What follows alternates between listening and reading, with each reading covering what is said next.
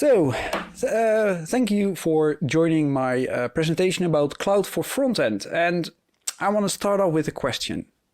Anyone here has access to their live environment?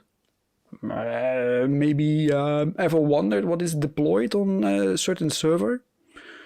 Did you ever run out of CPU power or memory? If you have questions like that, then stick around because I can help you out. And I will help you out by asking one extra question. Should you care? Wow. Let me explain. I'm a developer myself. I'm a front-end developer and I've set a goal for myself. And my goal as a front-end developer is that I want to focus on front-end development and not building, deploying or running that software. And I want to do that so I can do what I do best and that I enjoy my work. Start off with who I am. Well, my name is Lucien Immink. I'm a software architect at I/O in the Netherlands. And at I/O we see infinite possibilities to help companies grow and excel in the digital domain. We are here to help you identify and seize those opportunities. We can offer you our strategic perspective and in-depth expertise end to end. And that includes building, deploying and running that software, but that's not all my task. So my talk today will be about things that I don't want to spend my time on, and hopefully I can help you out making sure that you don't spend your time on those things so that you can focus on the things that you do best. And it all starts out with building. Building, it's a funny thing because when I started out my career, let's say it's old school, we didn't build anything. We had HTML, CSS, JavaScript, we had a lot of assets like images, but that was it. We didn't build anything. We just had those files, edited the file, saved it, and we were done. And also we didn't have any dependencies. Well, that's not entirely true, of course. We downloaded stuff like jQuery, back in those old days. But what we did, we copied over the source code of jQuery into our own project, making it actually our own code instead of an external dependency. But we had a lot of trouble in those times with versioning. And by versioning, I mean, well, there were other people in my team working on caching. So they've decided, okay, everything with the same name can be cached for a year. So when I had to change the logo on the website, I had to change the name as well. Looking back at logo v3 final do not touch PNG, I'm wondering, could it have been done better? And probably it could have been done better. Let's move forward to today. Because today we have tools, and we have a lot of tools for almost everything. And it started out with build tools like Webpack and Parcel, for example. But next to those tools, we have a lot of external dependencies nowadays, right? So the first thing we need to do when we clone our Git repository is do an npm install that downloads all those dependencies and their dependencies and their dependencies. But using Webpack, well, that's a lot of configuration that you need to take care of. For building software, building, yes, translating TypeScript into JavaScript, or maybe even JavaScript into JavaScript using Babel, translating the JPEG files that are stored on disk to maybe a better format for on the web. And all that configuration is now easily overridable out of the box. Meta frameworks like Next and Nuxt offer you the possibilities to easily change the settings for example, Webpack. But I'm talking about cloud today. Not my own local machine, because this is all running on my machine. And if we move to the cloud, what we want to do there is we want to make it repeatable. We want to make sure that I don't have to do this over and over again myself. I don't want to press or run the command npm run build. I just want to focus on my code. So what we've introduced with the cloud, or actually before already, was CI/CD pipelines. And with CI/CD pipelines, we use the same tools and commands, but we make them repeatable, cacheable, and integrated. If you have never heard of a CI/CD pipeline before, well, you can start out today. Probably almost anyone looking has a GitHub repository or maybe knows of a GitHub repository. So for example, in my GitHub repository for my music player, I have used GitHub Actions, and GitHub Actions are actually those CI/CD pipelines that I'm talking about. And I've built a pipeline that is called build. I can zoom in on this pipeline and see the different steps that are part of this build. And to show that it's exactly the same as on my local machine, I can actually zoom in on a single step, for example, npm build, and see the output of a rollup in this example. You can do a lot more using these actions. You can even introduce optional steps. So for example, if this is triggered at night, I do want to run my end-to-end tests, but otherwise I don't. Maybe I only want to run a certain step if it's built on a certain machine or for a certain target. All things that you can quite easily build yourself using these pipelines. Another example that I want to show is Azure DevOps. And Azure DevOps is a completely integrated environment. Not only do you have your code, your pipelines, but also your tests and your artifacts close at hand and linked to each other. You can also use the boards for logging your defects and link those defects directly to your code. In this pipeline example, we see that we have separate stages and separate builds for our separate environments. So depending on what has happened, we build it and deploy it to certain environments. And like I've said, building those pipelines isn't that hard. There's a lot of help. Well, it's on the right-hand side for a little bit, but there's a lot of help at hand to help you out building those pipelines. And you can find a lot of information, of course, online as well. In this case, I'm showing that we have a specific trigger, like the branch is main or release, or we have a certain tag, and that means that this pipeline is triggered. And that brings us to the next step that I don't want to do myself, and that's deploying. And when I started out, deploying was actually file transferring. So we transferred files using FTP or maybe a secure version of it, but we sometimes even drag and dropped files from one place to another. And that was our deployment. Knowing when the last deployment was done was by checking all the timestamps of the different files, or maybe flagging a folder on the server indicating this was the last time it was deployed. And of course, sometimes we have software that we want to test before it goes live. So we have something like user acceptance testing or a pre-prod or a staging environment. But what is deployed on one of those servers? You have to check on the server itself because it wasn't centralized anywhere. Of course, nowadays we have a lot of tools to help us out. And we started out with task runners like Grunt and Gulp to also do the deployments, but that doesn't feel right. We have more specialized tools like I've shown with Jenkins and Circle CI and other CI environments. But if we use different places to store or to do different parts of the tasks like building and deploying, where do we store our API keys, our secrets? And what do we need to do if one of those secrets is updated?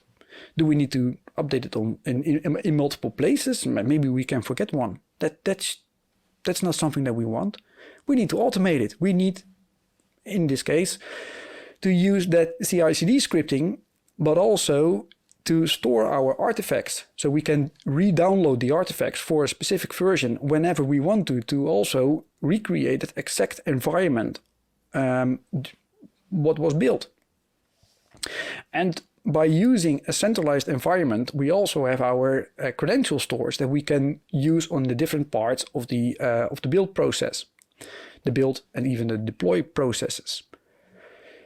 So in GitHub, for example, what I've done is every time I run the command npm version, it bumps my version by triggering a pipeline that builds the software and deploys it. as a bonus, I also get an artifact that I can download. So if there's something wrong with my latest version, in this case 3.15.10, I can also download version 3.15.9 to check if the problem exists in that version as well. And if so, or if not, I can do an easy rollback. But deploying is not only deploying to a server, it can also be deploying to a function. So in cloud computing, we're talking a lot nowadays about functions or serverless. And that actually means that we're not deploying a complete server. We're only deploying the code. We're actually deploying the code that runs in a specific function on the server. So in this case, when the build step was done, when the build step was completed and everything was fine, the next step in this pipeline is to deploy it to dev. Meaning that the artifact that was built is being downloaded again, specific variables are set, and afterwards it's pushed to that Azure function. But deploying can also mean we're deploying to a repository, for example, an NPM repository. And with Azure DevOps, you get your own local NPM repository that is only accessible by your team members. But because it's so integrated, you also get a lot of extra information about a specific version.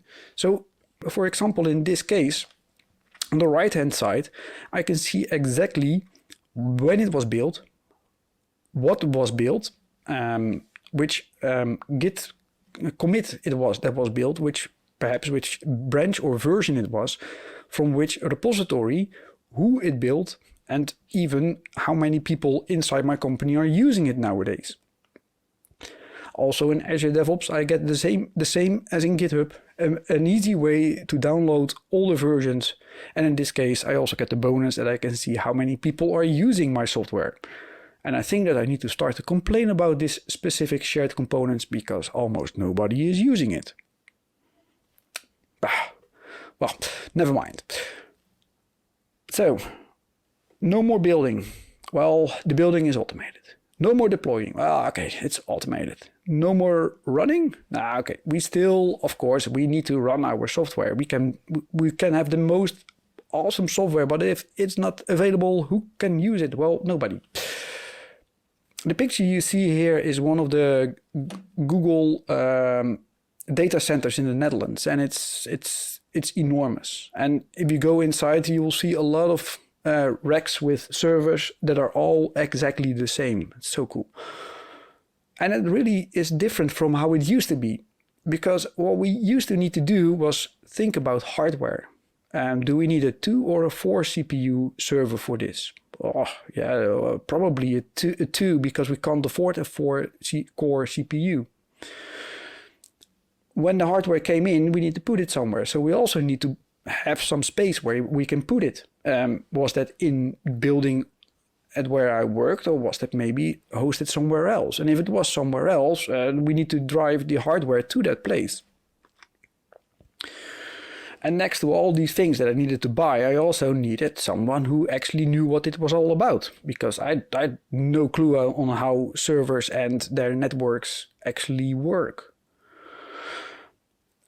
If we could take a look at what we're doing now, it's kind of different. It's not completely different, and we're still talking about hardware, we're still talking about software, we're still talking about we're talking about completely different things, because we're not talking about physical hardware anymore. What we're doing now is we rent virtual hardware. So we're not buying a 4-core CPU. We have a slider where we say, well, we probably need a 4-core CPU, and magically it appears. But why do I need to care about all that CPU power? Maybe that's not the thing that I'm working on. Actually, I'm a front-end developer, so I know that I'm not working on that. But why do we need to care about the hardware if we can also abstract the hardware? For example, by introducing software containers, where you only focus on the software itself instead of the operating system and the hardware. But trust me, if you go beyond just putting it in a container and you want to run it somewhere where it's automatically scaled, you probably still need specialists for the network and probably also for the containers. In the cloud, or if we go to the cloud with this principle, what we can also do is pay per scalable plan, meaning I'm not interested in a 4-core CPU anymore because probably my software will be idle for 99% of the time. In that case, I don't want a super fast computer with 14 cores or whatever. But if it is coming prime time, then and a lot of people are going to access my software, I probably need multiple CPUs. So I want an auto scalable plan that suits my needs. And if I know that my software is idle 99% of the time, I don't have to pay for something that is up 24/7. What I can do is I can rent a serverless function where I can put my code, which is actually cold code, meaning it doesn't do anything and I don't have to pay anything. And when someone hits the code, so someone enters my function, so to speak, that's when I have to pay. It also means that that's when my code becomes hot, meaning it starts up, meaning a serverless function is a little bit slower at startup than a computer that's on 24/7 just waiting for someone to use the application that's on. You do still need specialists though, but in this case for special cloud specialists that know all the different services that are available and that can help you out with choosing the correct ones, because there are a lot of different things that you can choose from. And if it's not your thing, then you probably will overpay for something in the end. And that's something that we want to skip altogether. But you still need to hire specialists, but in this case for cloud, because otherwise you probably end up overspending somewhere, and that's not something that we want. But the cool thing with cloud and with those environments, with all those people that are working on getting those cloud environments the best they can, is that we also get a lot of things out of the box. Maybe not for free, but we can use them. So for example, if I want to inspect a running function on Azure, I get a complete dashboard with all kinds of metrics that I can check out. I didn't write anything of this, right? And in a microservice environment, one of the things that we are very much interested in is checking how much time a certain piece of a request spent in a specific server, or how much time was needed to send the data from server A to service B. So I get an application map out of the box. I didn't have to write anything for this. What we can also do is introduce one of the extra services that Microsoft Azure, but Google Cloud and AWS has these as well, offer out of the box, and that is application insights, giving the developer insights in how the application is actually running or how it's being used. In this case, a session from a Belgian person from Anderlecht coming in and doing clicking around in the application on a few buttons. All this information comes to us as a developer. Again, maybe not for free, but we can include this in our application without writing. Well, in this case, we need to write a little bit of code, but it's almost no code. Which brings me to an important point, because if you're writing an application, one thing that you'll notice is when you think that your work is done, there's more work. Because I want to come back to my original goal. As a front-end developer, blah, blah, so that I can do what I do best and enjoy my work. And that also means that I want to focus on the things that make a difference for me or for my client, right? I want to talk about services, services that we can use from the cloud starting today. Because when I started, we didn't have those services. And those resources that I was talking about, we used them as is. But it also meant that if I had a JPEG file on my disk of, let's say, 5 megabytes, I've copied over that file as is to the server. And that server will send that file as is to all my clients. All my clients are getting those 5 megabytes JPEG file, while maybe we can simply optimize it. Authentication for an application was done in-house. So there wasn't a shared sign-on service. No, the application needed authentication. Well, let's build that form again. And the hosting was done in-house. Okay. And that has all changed. Because right now we have tools that help us out during the build of our application to optimize all the resources that we have. Building stuff is actually quite good for our application, as long as I don't have to do it. Authentication handled by APIs and redirects make it so that I don't have to reinvent that authentication wheel over and over again. And if I have centralized but distributed hosting, I can get my code as close to the end user as possible by duplicating my services. Then the cloud.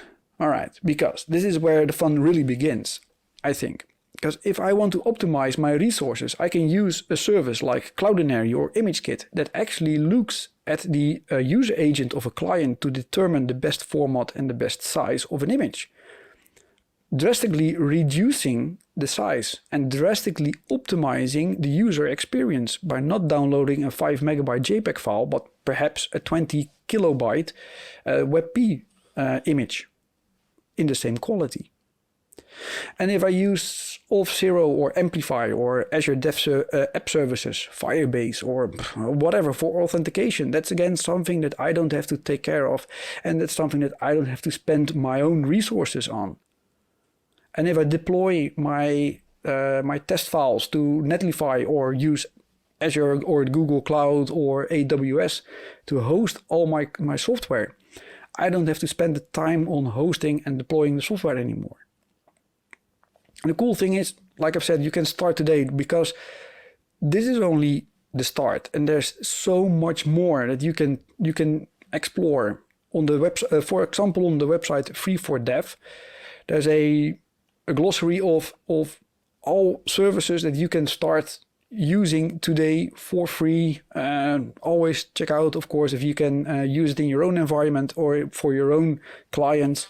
But using these can really help you out, making sure that you can spend the time where you need to spend your time and where you want to spend your time. So, my goal was to be a front-end developer that was focusing on front-end and not on building, deploying, and running my software, so that I can still enjoy my work.